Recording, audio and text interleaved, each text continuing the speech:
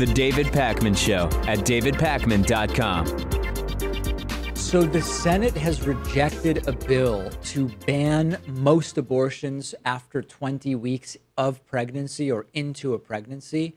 And it's basically a symbolic vote, which is hoping to force vulnerable Democrats to take a stand, which might hurt them if they are running for re-election in red states or states that are often sort of purple states, but were won by Donald Trump in the 2016 election. And it was a 51-46 vote. The measure fell short of the 60-vote threshold that's required for the Senate to break a Democratic filibuster. And it's not surprising. It basically was along party lines. Similar vote took place in the Senate in 2015. And at that time, there were three Democrats, Bob Casey, Joe Donnelly, and Joe Manchin, who voted in favor of it. And all three are up for re-election this year in states that Donald Trump carried. And they're all also voted in favor again on Monday. Susan Collins and Lisa Murkowski, not surprisingly, voted with most of the Democrats against this bill. What do you think about this? Because it's similar to like the net neutrality vote, which also is a vote that has some element of putting people on record and then maybe being used to campaign for or against in the midterm election.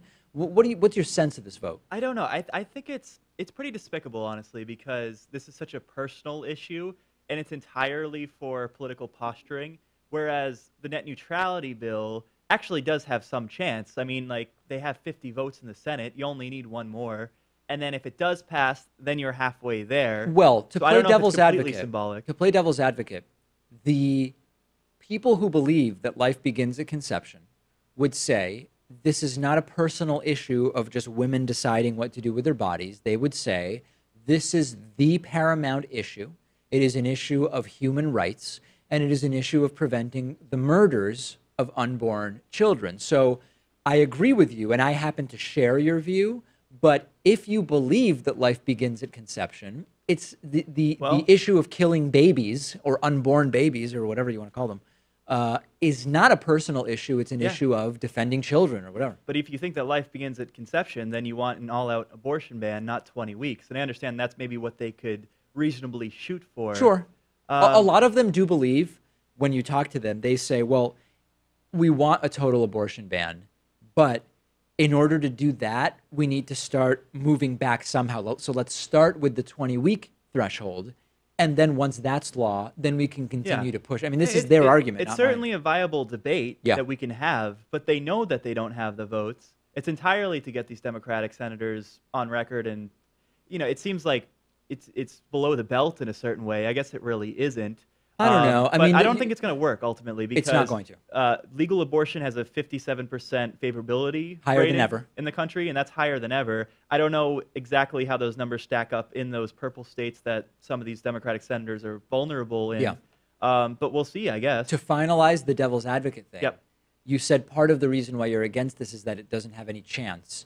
You can make the same case about the net neutrality thing, which is that even if it were to pass the Senate, it's not going to pass the House. And even if it were to pass the House, Trump's vetoing it. So that maybe you could make that argument still. I mean, we've talked to a few people. We've talked to Craig Aaron about this, and we've talked to Andrew Torres. And I think both said that, you know, once it does pass the Senate, then we're going to have a worthy conversation in the maybe news because cycle. of the momentum that would There'll cause. be momentum. People will reach out to their Congress people, and we don't even know what Trump's position is on net neutrality. It's not like, you know, House Republicans trying to overturn the Affordable Care Act something like 60 times, knowing I know what you're full well saying. that the president isn't going to sign off on his piece of legislation. Trump appointed Ajit Pai, and then the FCC immediately repealed it. So even if Trump doesn't really know what his position is, and he doesn't even know what net neutrality is, which I believe he doesn't, he's going to veto the thing. But Trump does have disagreements with Ajit Pai, and we're going to see that later in the week. We're going to do a story about the nationalized 5G. And they have a disagreement there. So, I mean, it's not like because he appointed him that he signs off on every single thing that Ajit Pai supports. Certainly not. Certainly not. We'll see what happens with it. There's a California politician who, in order to try to protect the environment, proposed a bill which would make it a crime for restaurants where you eat in the restaurant to offer plastic straws without first being asked. And this is Democratic Assemblyman Ian Calderon. he's been targeted by people calling his proposal absurd and a total overreach. So he's not suggesting that plastic straws be banned. He is suggesting that plastic straws in restaurants not be offered by default, but only if the person who is dining asks for one. Now, a couple thoughts on this. Number one, I don't really drink out of a straw. So when I'm at a restaurant and they bring me my glass of water and a straw, if the straw is wrapped, I just don't touch it. If the straw is unwrapped and already in the water, I take it out and I put it on the side because I just don't really drink out of straws. It's just not my thing. Yeah. There's another layer to this altogether, which is that there are restaurants, and I went to one here in the Boston area over the weekend for brunch, that has switched from plastic straws to recyclable paper straws. Okay. It's basically like a piece of paper that's tightly wound into a straw shape. And it was interesting, and I didn't use one again because I don't drink out of straws, but other people at my table did. But after about 15 minutes, it starts to become soggy and fall apart. And they ended up needing 3 total paper straws during the meal. Oh, no. Which they're still all recyclable, but is it kind of undoing some of the benefit of not having a plastic straw? I don't think I'd like the texture. You know, I don't think I would like how it feels to put like a paper straw in my mouth. Now, what about reusable straws? Something that you could made out of metal that you could wash, maybe? Well, listen, in Argentina, it's very common that there is this, it's not tea, but it's a tea-like thing called mate. I'm calling it tea-like, even though it is something else, and it's an herbal thing, and you drink it out of a gourd, typically with a metal straw.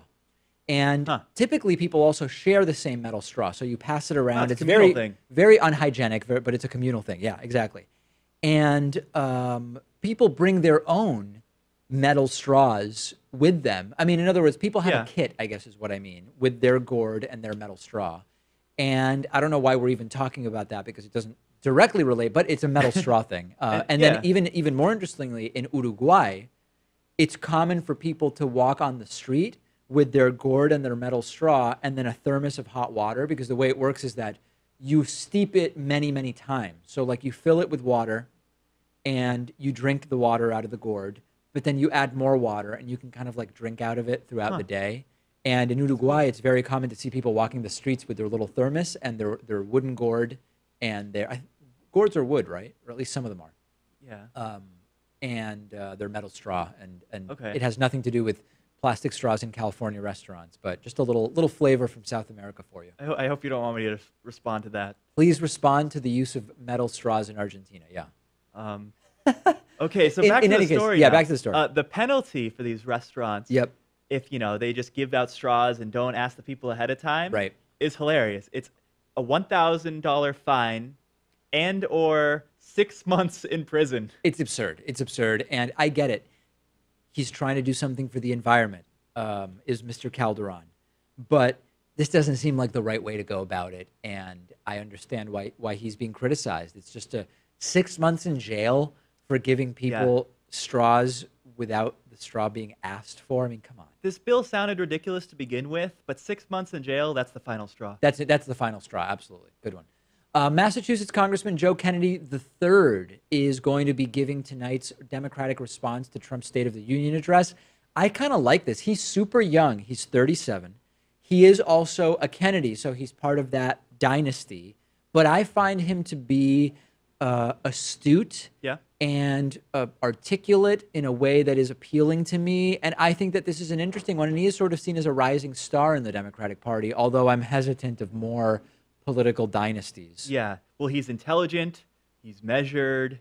He's compassionate. He's Three everything things Trump that Trump isn't. is not. Top Democratic leaders announced this a few days ago, and they had heaps of praise or mountains of praise to heap upon Joe Kennedy. And he's the great nephew of former Senator Ted Kennedy and John F. Kennedy. And he is also, what other family? He is his father's Joe Kennedy II. He's the grandson of the late Robert Kennedy, the U.S. Kennedy, Attorney General and New York Senator. Yeah. Yeah. Do you like this choice? Well, I don't. I think that the responses to the State of the Union need to be done away with. Yeah. They're always incredibly awkward. It's just like a one shot of the person speaking directly to the camera. There's no audience. It's very scripted. The people are often very awkward in their delivery. I'm trying to remember the awkward ones that took place during Obama. So let me see if I can remember the good ones, and you tell me which ones I'm missing or which ones didn't actually take place. Rand Paul and I don't remember that one. No. Marco Rubio and the water incident. Watergate. That was Watergate. Watergate 2 was Marco Rubio. Bobby Jindal, the governor from Louisiana, coming out with what I call pedophile eyes, even though maybe that's considered inappropriate, but I think we all know exactly what I'm talking about, and seeming completely manic in looking at the camera. Did Sarah Palin do one once? I don't think so. Okay. There was Michelle Bachmann looking directly off of the camera. I think they had the teleprompter instead of under the camera, like next to the camera. Yeah. So it was like this weird eye contact thing going on. Any others that are particularly wacky? Joni Ernst, the senator from Iowa, who talked about when she was younger, they didn't have a lot of money. Yep. So in order to protect their shoes, her parents would put bread bags around them and tie them onto her feet. And she wasn't embarrassed because she would get on the school bus and every other kid on the bus also had bread bags tied onto their feet. And they also would castrate pigs or something. I think that was her campaign ad. Yeah. Remember when she was supposedly going to be like the rising star of the Republican Party, and she's basically not been heard from since? The Koch brothers backed her. Yeah. I don't know where she goes forward from here. I don't know. Hopefully back to Iowa, wherever on the farm to do whatever it was she was doing to pigs. Okay, well, anyway, I'll probably check out Joe Kennedy's response, even though I agree with you. It's kind of a pointless tradition. Right, and it's done like ahead of time. All this stuff, you can find. Oh, it's pre-recorded? Oh, no, it's not pre-recorded, but regardless of what the president says in the speech, he'll still have the same script to read. Although presumably they're writing the response speech based on the early release of the State of the Union speech to them as well, right? Which is usually embargoed. And man, the question is like, would this allow him to launch a political career further than just being a congressman, like put him in the national eye? Yeah. And the answer is probably no. Yeah, I agree. The only person that really has done well after giving a response to the State of the Union is Paul Ryan. Yeah. Who's now, of course, Speaker of the House. But that's about it. He was already sort of prominent when he gave this. Yeah, I don't know if it was before or after he ran alongside Mitt Romney in 2012. All right, so we'll be watching tonight. We'll have analysis tomorrow. The David Pakman Show at davidpakman.com.